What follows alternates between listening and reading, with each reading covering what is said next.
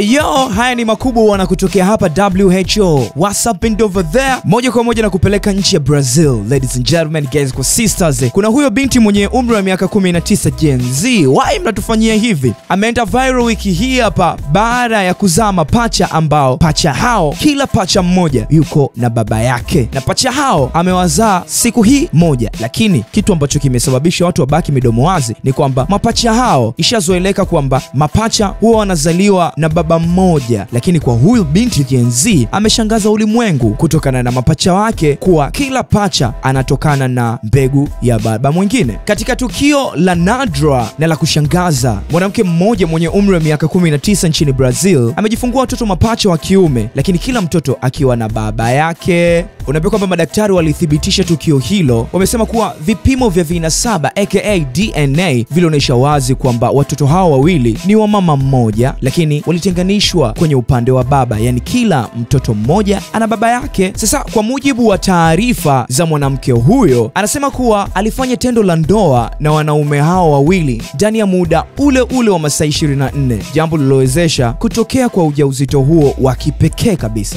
Hali hii kitaalamu hutokea pale yai zaidi ya moja linapotolewa kutoka katika mwili wa mwanamke wakati mmoja, halafu kila yai likatungwa na mbegu kutoka kwa wanaume tofauti. Na madaktari wanathibitisha kuwa tukio hili ni la nadra sana, likikadiriwa kutokea katika kisa kimoja tu kati ya mapacha milioni 1 duniani kote. Wataalamu wa afya wamelitaja tukio hili kama mfano wa uwazi wa ajabu wa biolojia ya mwanadamu, jambo linaloonyesha jinsi uzazi unavyoweza kuwa na hali zisizotarajiwa na zisizo za kawaida. Kina dada, mna kila sababu ya kuweza kujishikilia jamani. Nachoka, mtatuchosha. That's it ladies and gentlemen, ndani ya WHO. Mimi ni Kelvin K. Massive shout out to my editor Harrison.